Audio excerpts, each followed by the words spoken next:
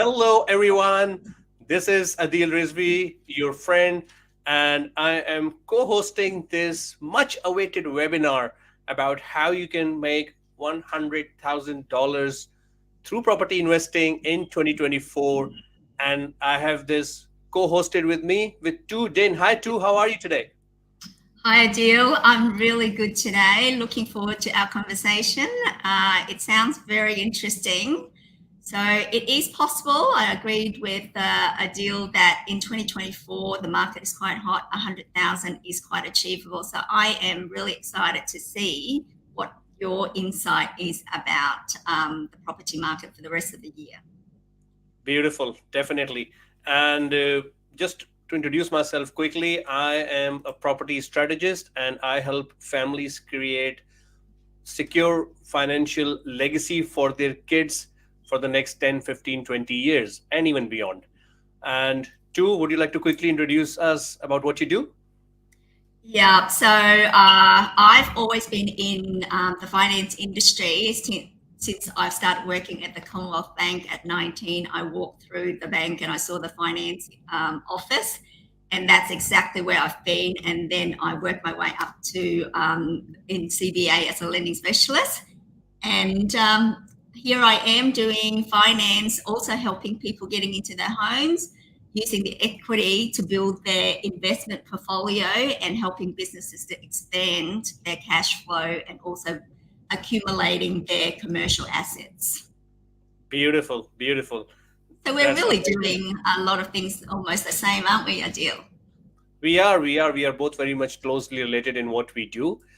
Even though we do our own thing, but we can't do it pretty much without the other person as to what you offer.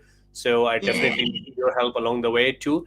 And having said that, just for our audience for today, what we'll be talking about quickly is some of the key data points, which I'll start with, and then we will talk about some few tips and tricks as to how normal people, normal hardworking Aussies, can incorporate in their life and actually get onto that ladder of creating wealth through property. And they can do it in their own home and they can do it in an Mm, investment property as well. So you don't uh, have to be thinking in one direction only, depends on what applies for you.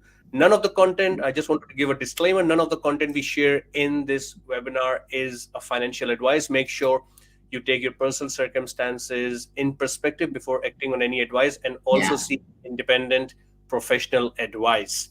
So having said that, definitely. I just Hmm. wanted to start quickly too with a data point that I was looking at. We are in April right now, which is mid of April. And since November, which is like 5 months from now, since November 2023, as per Mm, Core Logic, which is one of the most trusted sources of real estate data in Australia, since November, the Australian house prices on average have gone up by more than $71,000. mm. Let me repeat it. Since November, in the last 5 months or just over 5 months, average Australian property price has gone up by more than $71,000. Now, that's Yeah, just the average. Doesn't mean that every house has gone up by that. Some yeah, houses, probably in Sydney, may have gone up much more than that.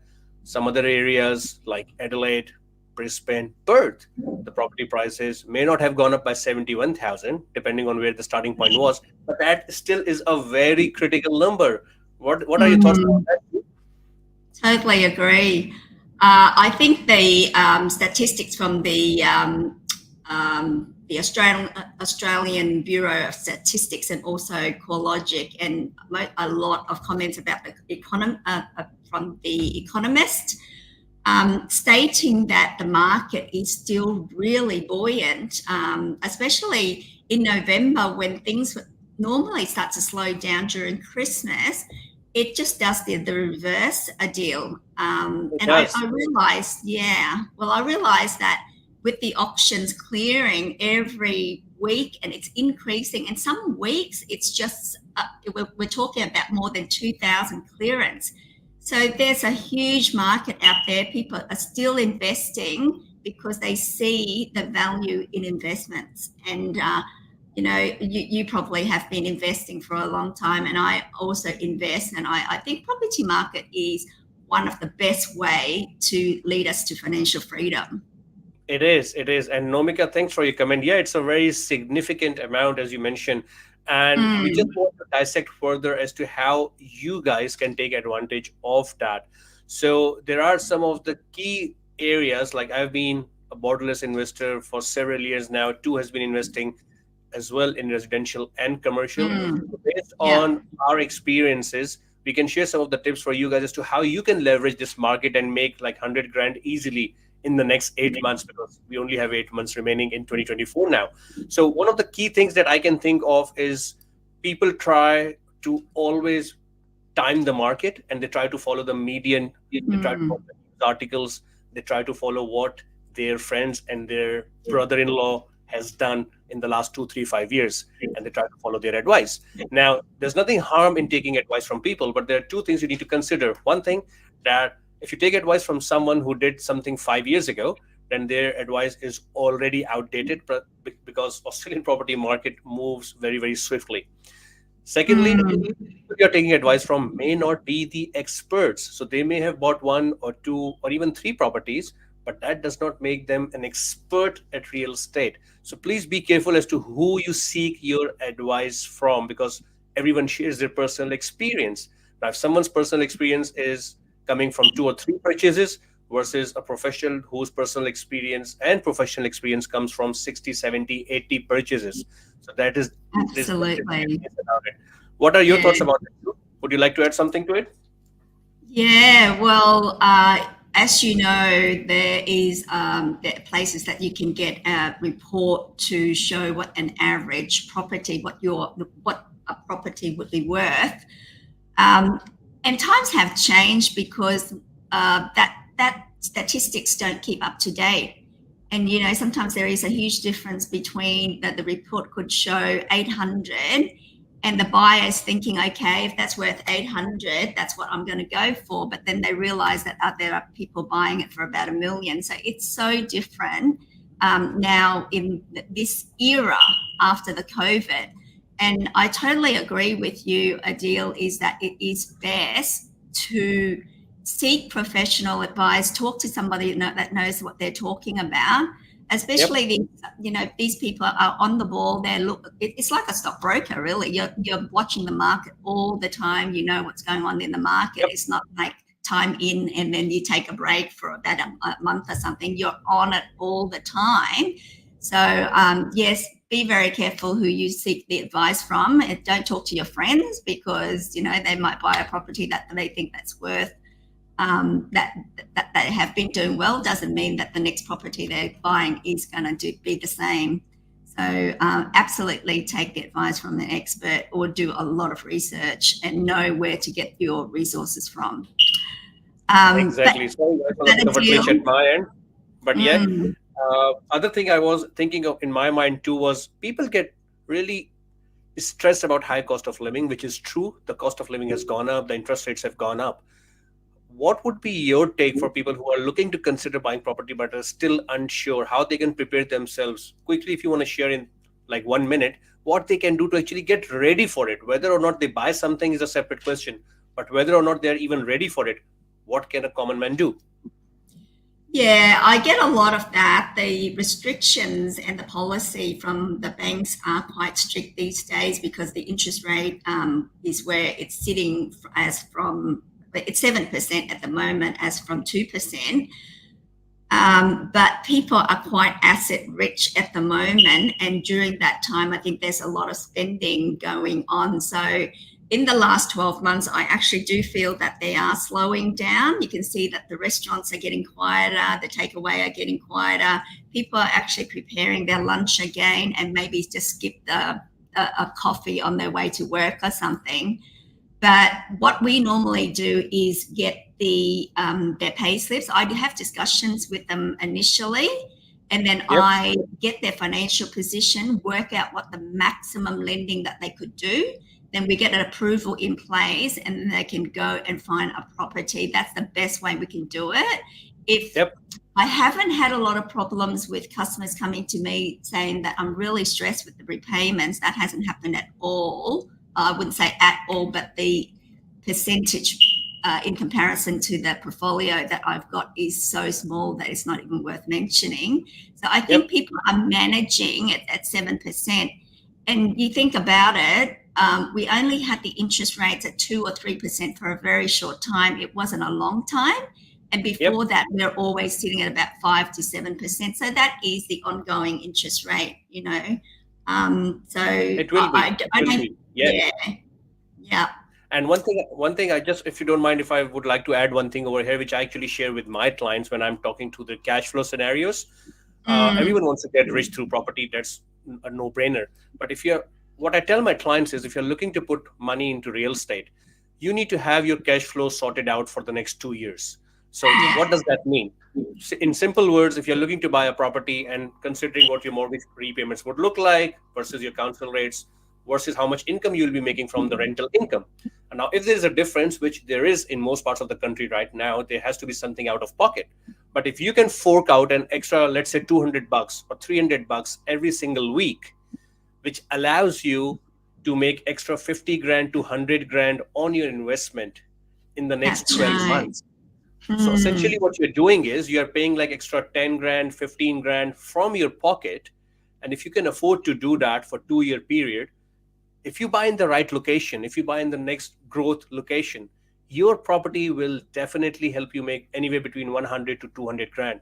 So people get concerned, they get worried as to what they should be doing. But if they can factor for the next 2 years, and there's a reason why I talk about 2 years only, because most likely, and don't take me to court on that, but most likely in 2 years' time, the interest rates would be lower than what they are right now.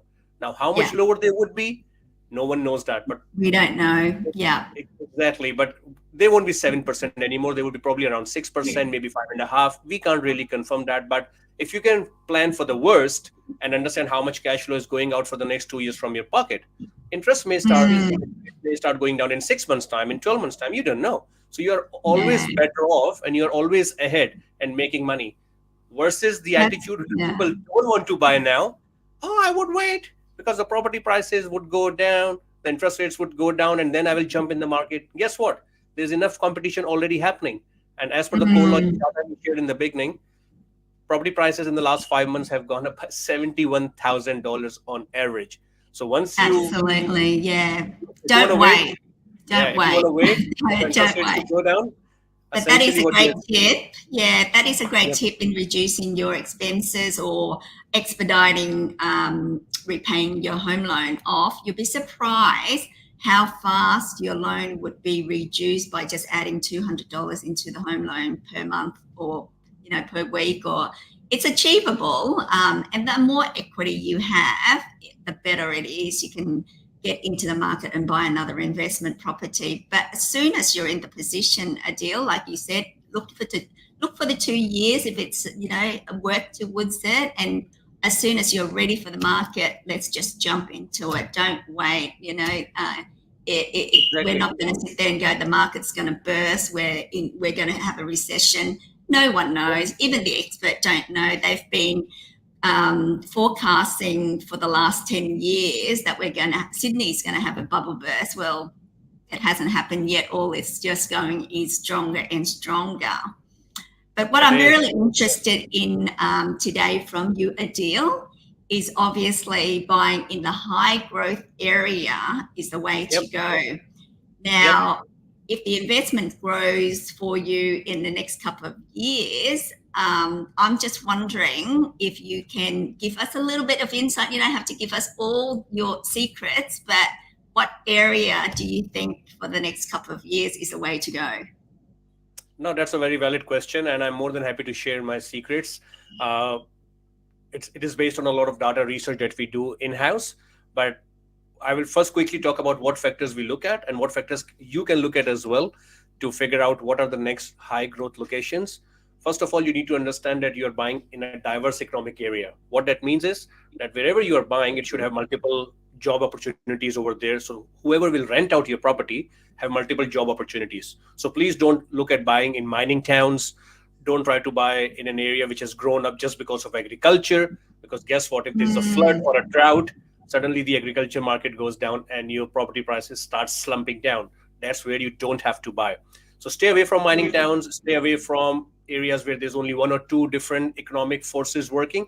You probably should be looking at buying in areas where there is manufacturing happening, where there's refineries, if there's agriculture, even better, where there's good healthcare facilities around there, where there is good service-based businesses around there, and some tourism, higher education opportunities, especially where there are good universities and good high schools, be around those areas. So if you can nail down on areas which have all or most of these economic factors, your property is very, very unlikely to go down in value.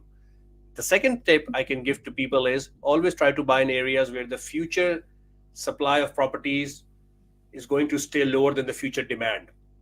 Mm. The demand is higher, that is where the property prices keep going higher.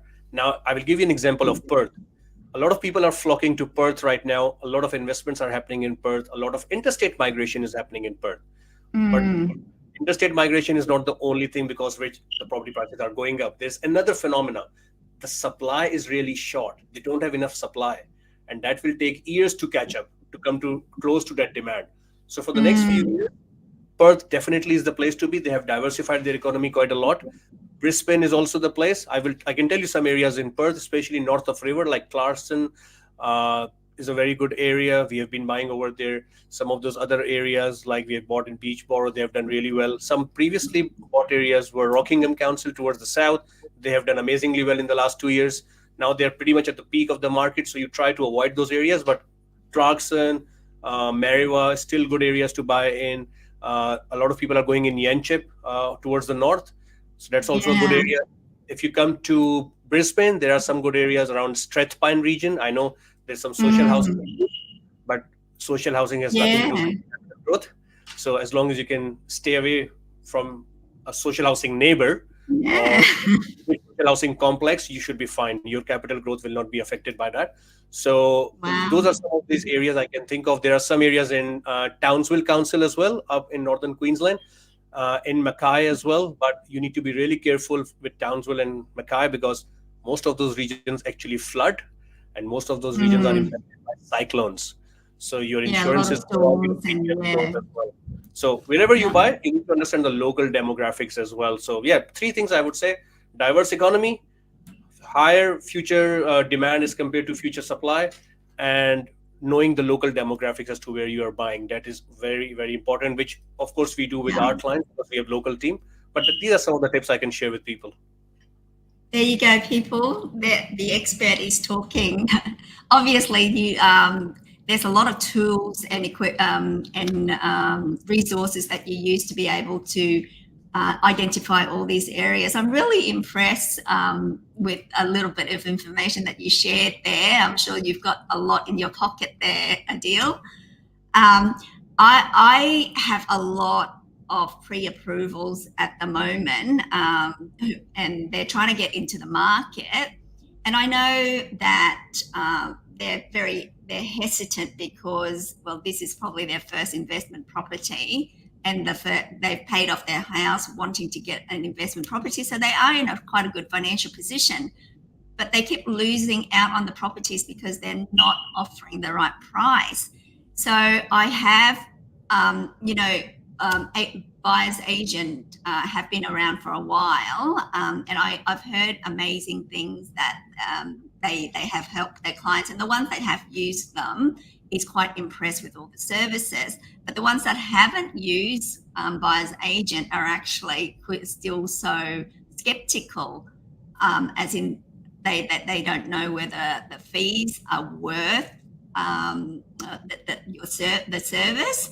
So, what can you just let me know how you would be able to overcome that and let the I think, customers know I think yeah. why they should be using someone to help them?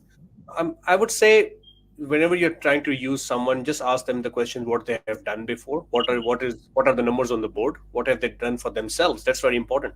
If they're just bought their one property and they think they've become a buyer's agent now, that will not cut it because you need to understand how different states work. What are the regulations in Victoria versus how do the contracts work in Queensland versus how do they work in South Australia? as per se. So you need to have that understanding of how each state works, so that you can help Mm.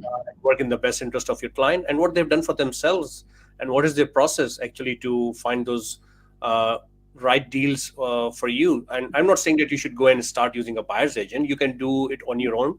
And I've shared some of the tips how you can actually go into the market and make buy in those locations where you can make 100 grand. My clients have definitely made that amount of money in the last 12 months, 18 months. And whether Mm. you can definitely make it or not, no one can confirm. But if you look at those data factors which I've just shared with you, and there are heaps of other data factors as well, don't just look at these two, three things which I've shared, because we need probably a 3 hour session to go through everything. But there are probably 30, 35 different data factors that you can go through and then come up with the right locations where you should be buying. And then you need to be able to negotiate, to be able to actually ask the right questions, secure the property, understand the right market value of the property. That is also important. So I think it's a lot of things to be done. But to answer your Yeah. question, if someone has done that before and what they've done for their clients and for themselves, for me, I think that will give me a lot of confidence if I have to choose a professional. Yeah, absolutely. Well, we're sitting at about 20 minutes at the moment, Adeel. I'm just wondering if there's any questions from the viewers. Yep. Anything that we can. We have one comment from Stanley, and Queensland is supposed to have heavy rain at the later half of the year, so I would be wary of Townsville and or river frontage. You are right, Stanley.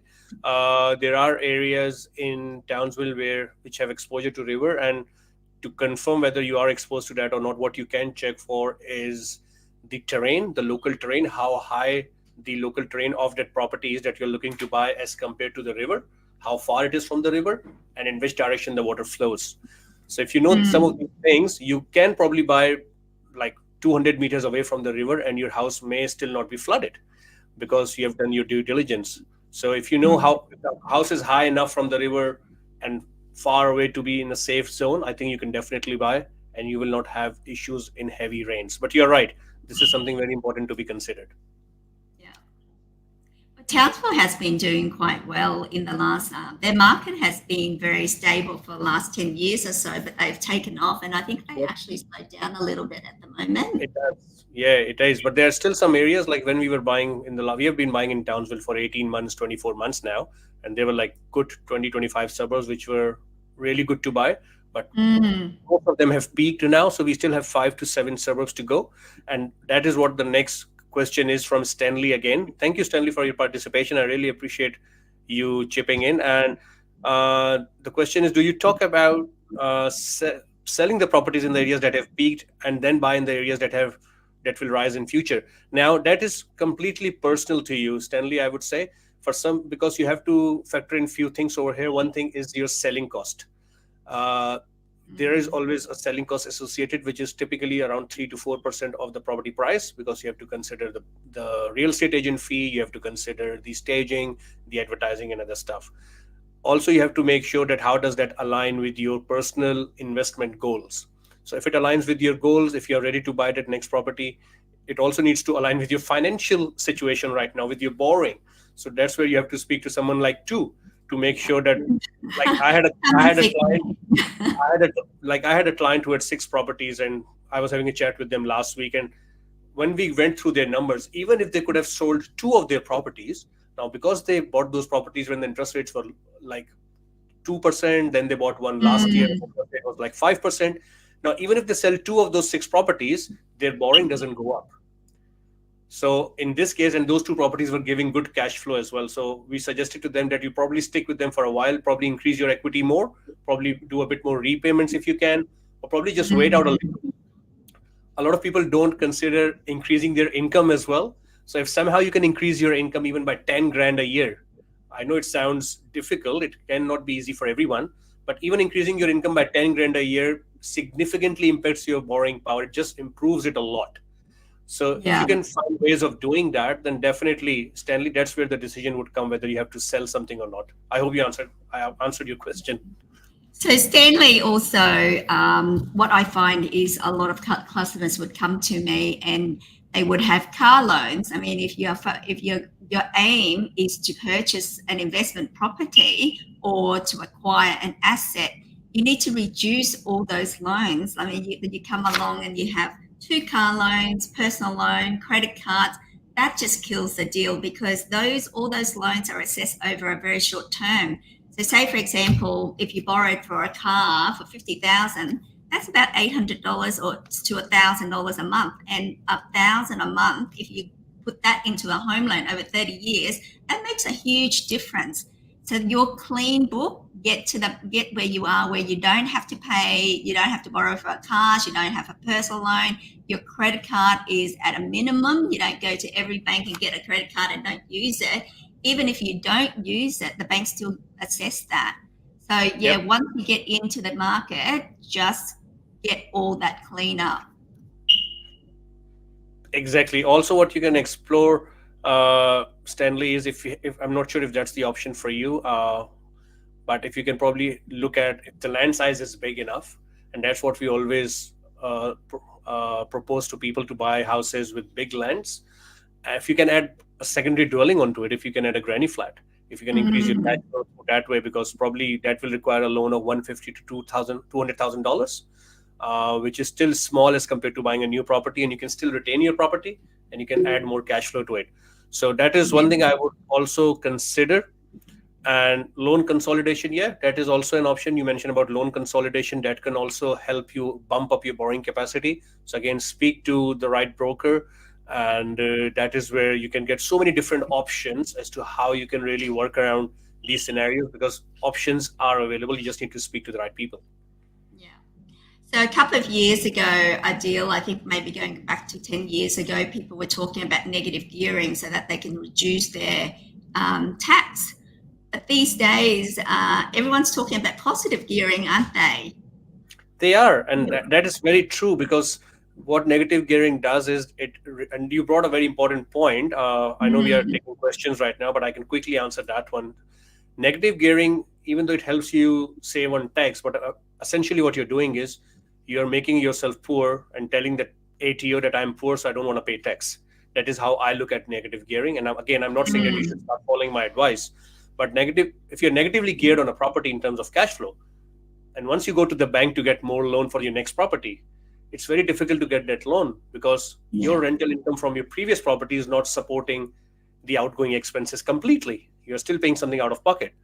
So your future Mm, borrowing gets affected, which impacts how many properties you can buy in quick amount of time, so that you can create a sizable property portfolio and start thinking of planning your retirement through passive income generation, where your properties will actually pay for your lifestyle. So negative gearing, yes, you can get good solid capital growth, but when the interest rates are 6 or 7%, you may have $1 million equity in your portfolio, but because you don't have enough income, you don't have the serviceability to use that money unless you sell it completely, which is of course the last option. mm. So my last question to you also, Adil, is that what do you think long term versus short term? What would you do? It's a very open-ended question, too. I would say myself, like I've been a rent investor, and that strategy worked for me. Probably we'll do a separate session on rent investing, because that allowed me to Mm-hmm. build my property portfolio faster. I have 5 properties right now of my own. I've offloaded a couple which I bought in the very beginning phases of my journey, and they did not perform well. So I've sold them. I learned from them. So one tip I would have for my viewers is, if property is not working well for you, and you know it will not be working well in the next 2, 3, 4 years, you rather get rid of it now. If you don't, then it will cost you much more money down the line, and it will cost you a lot more money in terms of lost opportunity as well, as to what you could have done with that money if you bought in the right location. So that is another tip as well. But I think it's a if someone wants to have a chat as to what their goals are, what should their short term and long term goals should be, whether they should only buy one property, whether they should be going with a portfolio of properties, whether they can even do it, whether they have the time to do it. If you have any such Mm-hmm. questions like that, and you think that you don't have the expertise or the skills, we will drop our links in the chat as well after we have finished this live stream, which we are about to finish very soon. So you can come to me, talk to me directly, book a call. It's a completely no obligation call. We can have a chat and go through your individual situation, because individual situation is really important. So I can't give an investment advice regarding Yeah. property as journal advice. So I have Mm-hmm. to consider what your situation is, and then I can advise accordingly. So we'll post the link to book a call directly with myself in the comments. And I believe Two, if someone wants to come to you and starts talking about their finances, what their loans look like, how much borrowing they can do, how you can improve their Yeah. borrowing capacity, how they can reach out to you. Yes, I would put my link up as well, Adeel. Oh, Now, beautiful. home loans and investment home loans, everyone knows about that, but there's so many policies. Everyone's situation is very different. So you don't talk to your friends and then go, I don't think I can afford it. You really do need to speak to someone. It's not an obligation to go ahead with that person, but at least you're seeking your information. Yep. There are a lot of people that has sought their finance somewhere else and came to me, and we've got a different set of policy that fits in with them. So everyone's different, and the best way is to go and talk to the right person. That's all it takes. Exactly. Exactly. Mm. Exactly. I'm just, thank you very much for your tips. And thank you very much, too, for co hosting today's live webinar. I hope we were able to deliver some value for our audience. And, audience, if you're watching it live, if you're watching a recording later on, either on LinkedIn, YouTube, Facebook, wherever you are, please leave your feedback. Please let us know if you found it useful. What was it that we can improve in future? And what was it that really resonated with you? We would really like to know. That is absolutely goal for us to understand how you Yeah. take this particular session so that we can improve in future. Thank you too for your time, and Thank you, thank you very Adele. much I all had a for your great time. participation. Thank you for your participation. It was good having you too, and we'll continue our work in the background that we do, Mhm. helping out our clients with each other. And up until then, take care, everyone. Yeah. See Bye for you. now. See you with the next webinar. Thank you. Bye. Bye. Bye.